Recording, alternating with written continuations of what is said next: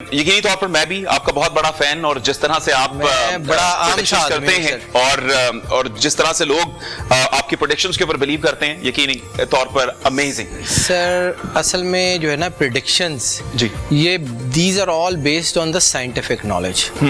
और मैं चूंकि एस्केटोलॉजी मेरी फील्ड ऑफ इंटरेस्ट है, और दूसरा मैंने जो है वो अल्फा न्यूमेरिक्स को पढ़ा, it's a branch of quantum physics.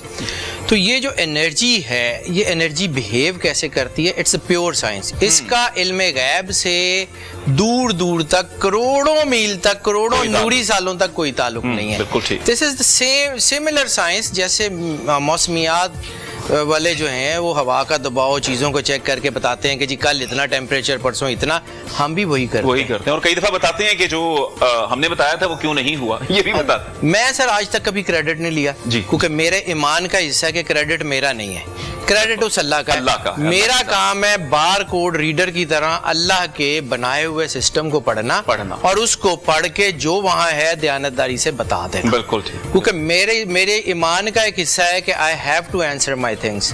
और मेरे लिए कायनात का सबसे बड़ा शर्मिंदगी का वक्त वो होगा कि अगर अल्लाह मुझे ये कहे कि हमने तुम्हें इल्म दिया था और तुम अपनी प्रॉक्सीज को बेचते रहे हो, मैं अपनी कब्र में किसी के लिए अजाब नहीं भरूंगा, मैं अपने बच्चों को कभी हराम नहीं खिलाऊंगा, मैं अपने काम का अल्लाह को जवाब देना है, इसलिए कोशिश करता हूँ जी। क्रेडिट मेरा बनता ही नहीं है तो मैं क्यों लूं? बस में है ही कोशिश, तो वही इंसान कर सकता है। ये है कि इंसान अपना काम ध्यानतदारी से करे, अपने आप को ये समझे कि वेयर ही स्टैंड्स।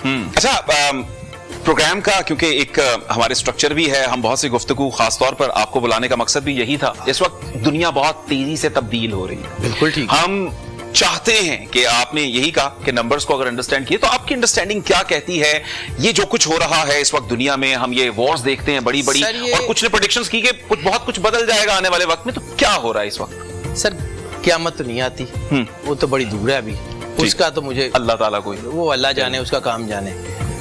मैं एक और चीज जानता हूँ कि सरकार खत्मी मर्तबत बादशाह कौनैन सल्लल्लाहु अलैहि वसल्लम ने फरमाया कि मेरे कायम के आने की हतमी तारीख जो कोई भी देगा वो झूठा होगा। हदीस मुस्तनद मुतवातर असनाद के साथ कि जो कोई भी ये कहेगा कि मौला इमाम मेहदी अलैहिस्सलाम फलां दिन फलां वक्त ज़हूर कर जाएंगे, वो झूठा होगा।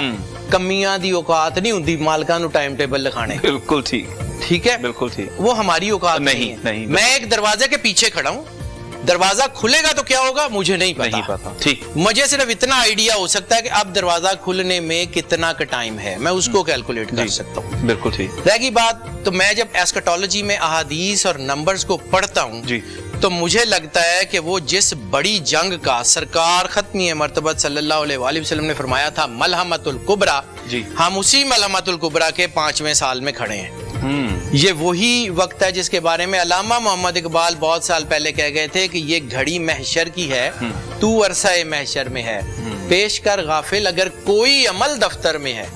तो ये असल में ये नंबर्स उस वक्त बिहेव करते हैं जब आप अल्लाह से जुड़ते हैं। खालिक से जुड़ने के बगैर मखलूक आपको रास्ता नहीं दे सकती। बिल्कुल ठीक।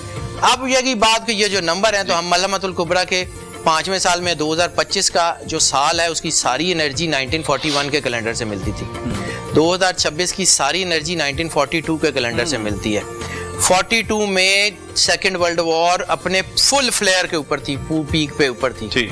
ठीक है, और जो मेरी कैलकुलेशन है, मुझे लगता है कि ये जो जंगें हैं इनमें से स्टॉप का बटन तो अब निकल गया है। अच्छा, पॉज होंगी, वो भी अगर हुई तो वक्ती तौर पर रुकेंगे। हाँ, ठीक है, वो पॉज हो सकती हैं, स्टॉप नहीं होंगी। और चूंकि हदीस के लफ्ज हैं और मुझे ये मेरे ईमान का हिस्सा है कि जो सरवर अंबिया सरकार खत्मी मर्तबत सल्लल्लाहु अलैहि वसल्लम ने फरमा दिया है वो होके रहना है। तो वो जो 7 साल की बड़ी जंग का है ना, उसकी कैलकुलेशन ये बताती है कि हम 5वें साल में, तो 26, 27, 28, यानी कि अभी 2 पीक ईयर जो हैं अभी हैं। और मुझे लगता है कि वो जो हकीकत में रिसालत माब सरवर अंबिया सल्लल्लाहु अलैहि वसल्लम का फरमान है कि मुसलमान इकट्ठे होकर बड़ी ताकत बनेंगे, वो वक्त भी 2027-28 में आ जाएगा कि मुसलमानों में ये रियलाइजेशन आनी शुरू हो गई है कि हमारे आपस में ताल्लुकात ठीक होने चाहिए। बिल्कुल ठीक। ये जैसे यूरोप जो है ना, इसको होशानी शुरू हुई थी ना, तो इन्होंने यूरोपियन यूनियन बनाई थी, अब मुस्लिम यूनियन का वक्त बिल्कुल, और ये हम होता हुआ देख रहे हैं इस वक्त, जो हालात है उसी तरफ इशारा ये टर्न होंगे। देखें हदीस जो है ना सरकार की, जो आपने कहा रिसालत आपने सल्लल्लाहु अलैहि वसल्लम ने कहा है वो होना है। आपने कहा मुसलमान एक जिस्म की तरह اور جو ہے وہ ایک حصے کو تکلیف ہوتی ہے دوسرا محسوس کرتا ہے. سر ہمیں میانمار کی تکلیف نہیں ہوئی, ہمیں غزہ کی نہیں ہوئی, ہمیں صومالیہ کی نہیں ہوئی, ہمیں سوڈان کی نہیں ہوئی, ہمیں یمن کی نہیں ہوئی, ہمیں ایران کی تکلیف نہیں ہوئی.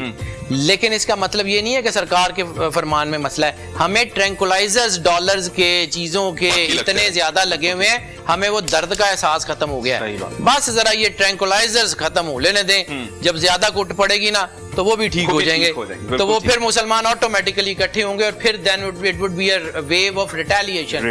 دنیا دیکھے گی مسلمان کتنی بڑی طاقت.